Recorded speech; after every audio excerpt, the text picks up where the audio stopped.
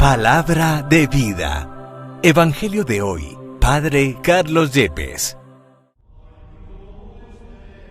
De la carta a los Hebreos, capítulo 7, versículo 25 al capítulo 8, versículo 6. Jesús puede salvar definitivamente a los que por medio de Él se acercan a Dios, porque vive siempre para interceder en su favor. Y tal convenía que fuese nuestro sumo sacerdote, santo, inocente, sin mancha, separado de los pecadores y encumbrado sobre el cielo. Él no necesita ofrecer sacrificios cada día como los sumos sacerdotes, que ofrecían primero por los propios pecados, después por los del pueblo. Porque lo hizo de una vez para siempre, ofreciéndose a sí mismo. En efecto, la ley hace a los hombres sumos sacerdotes llenos de debilidades. En cambio, las palabras del juramento posterior a la ley consagran al Hijo perfecto para siempre. Esto es lo principal de toda la exposición. Tenemos un sacerdote tal que está sentado a la derecha del trono de la majestad en los cielos y es ministro del santuario y de la tienda verdadera, construida por el Señor y no por el hombre. En efecto, todo sumo sacerdote está puesto para ofrecer dones y sacrificios. De ahí la necesidad de que también éste tenga algo que ofrecer. Ahora bien, si estuviera en la tierra, no sería siquiera sacerdote, habiendo otros que ofrecen los dones según la ley. Estos sacerdotes están al servicio de un esbozo y sombra de las cosas celestes, según el oráculo que recibió Moisés cuando iba a construir la tienda.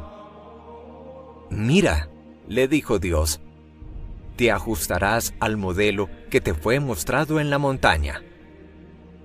Mas ahora a él le ha correspondido un ministerio tanto más excelente, cuanto mejor es la alianza de la que es mediador, una alianza basada en promesas mejores. Palabra de Dios. Te alabamos, Señor. Salmo 40. Aquí estoy, Señor, para hacer tu voluntad. Tú no quieres sacrificios ni ofrendas, y en cambio me abriste el oído. No pides sacrificio expiatorio. Entonces yo digo, aquí estoy. Aquí estoy, Señor, para hacer tu voluntad. Como está escrito en mi libro, para hacer tu voluntad. Dios mío, lo quiero, y llevo tu ley en las entrañas. Aquí estoy, Señor, para hacer tu voluntad. He proclamado tu salvación ante la gran asamblea. No he cerrado los labios, Señor, tú lo sabes. Aquí estoy, Señor, para hacer tu voluntad. Alégrense y gocen contigo todos los que te buscan. Digan siempre, grande es el Señor, los que desean tu salvación. Aquí estoy, Señor, para hacer tu voluntad. Del Santo Evangelio según San Marcos, capítulo 3, versículos 7 al 12. En aquel tiempo, Jesús se retiró con sus discípulos a la orilla del lago, y lo siguió una muchedumbre de Galilea. Al enterarse de las cosas que hacía, acudía mucha gente de Judea, de Jerusalén y de Idumea, de la Transjordania, de las cercanías de Tiro y Sidón. Encargó a sus discípulos que le tuviesen preparada una lancha, no la fuera a estrujar el gentío. Como había curado a muchos, todos los que sufrían de algo se le echaban encima para tocarlo. Cuando lo veían, hasta los espíritus inmundos se postraban ante él gritando, «Tú eres el Hijo de Dios». Pero él les prohibía severamente que lo diesen a conocer. Palabra del Señor. Gloria a ti, Señor Jesús.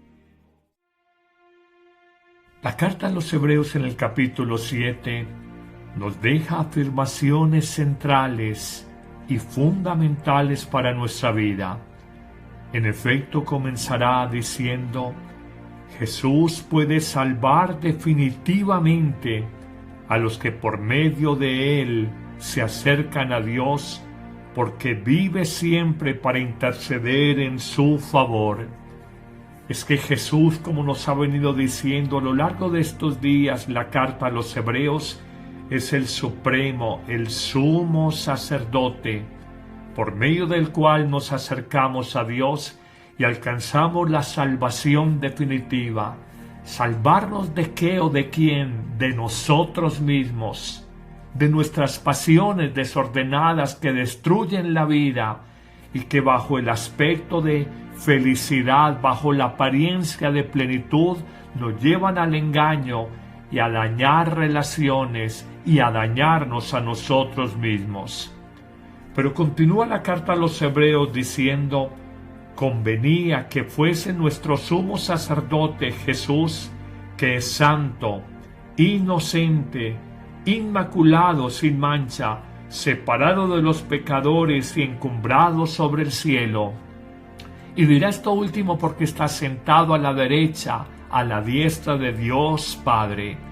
Pero quiere sobre todo significar que el sacerdocio supremo de Cristo dista mucho del sacerdocio del Antiguo Testamento, donde eran hombres pecadores, hombres que tenían que ofrecer sacrificios rituales de animales en el templo de Jerusalén por sus propios pecados y por los pecados de su pueblo. Jesús, por el contrario, es el hombre santo, inocente, sin mancha, separado de los pecadores. Y avanzará en la reflexión la carta a los Hebreos diciendo que Jesús, como sumo sacerdote, no necesita ofrecer sacrificios cada día, como lo hacían los sacerdotes en el templo de Jerusalén, que lo hacen por sus propios pecados y los del pueblo, sino que Jesús se ofreció de una vez para siempre y se ofreció a sí mismo. Está hablando de su sacrificio supremo en la cruz, aquel sacrificio que nos llevó a una vida nueva. Es que ese sacrificio de la cruz lo actualizamos en cada Eucaristía y se aplica a nosotros para meternos en esa dinámica sacrificial, recibiendo bendiciones en nuestra vida. Millones de cristianos católicos aún no entienden la importancia de la Eucaristía, pensando a veces que es un rito vacío, un rezo mecánico y rutinario, y olvidando que en cada Eucaristía se actualiza para ti y para mí la ofrenda redentora de Jesús por todos nosotros al Padre Dios, diciendo: yo derramo mi sangre, yo entrego mi vida para reconciliar a ese pecador, para sanar a ese enfermo, para aliviar el sufrimiento, para acompañar a ese solitario, para darle sentido y vida nueva a esa persona que ha perdido el gusto por vivir. Ese es el sentido profundo de la Eucaristía. Y Jesús también es el sacerdote que, por ejemplo, en el sacramento de la reconciliación, donde un hombre, un sacerdote como yo o como muchos que hay en el mundo, obramos en persona Christi, en la persona de Cristo, siendo frágiles, comunicamos el perdón y la gracia de Dios en Cristo y mostramos la victoria sobre el poder del mal y el poder del pecado que aprisiona y entristece la vida de millones de personas. Jesús nos quiere curar, Jesús nos quiere liberar, y esto es muy hermoso y lo vamos a encontrar de manera muy clara en el Evangelio de hoy, cuando encontramos cómo las muchedumbres seguían a Jesús en el norte de Israel, la Galilea, y cómo la gente en su fe espontánea y natural estrujaban a Jesús, le llevaban los enfermos para que los curara y a los posesos que sufrían de algún mal para que fueran liberados.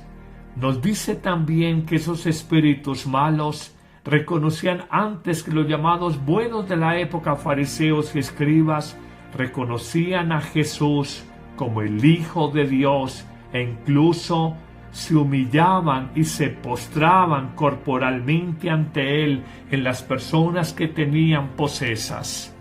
Hoy descubramos cómo Jesús es el hombre que sana, es el hombre que libera del mal y del dolor, es el profeta que anuncia un mensaje de una vida nueva, de relaciones humanas distintas, no construidas sobre el egoísmo, sobre el utilitarismo, la conveniencia, los cálculos humanos, no construidas sobre la violencia y el afán de dominar y oprimir a otros, sino relaciones de fraternidad entre hermanos, relaciones de justicia, relaciones de paz y armonía.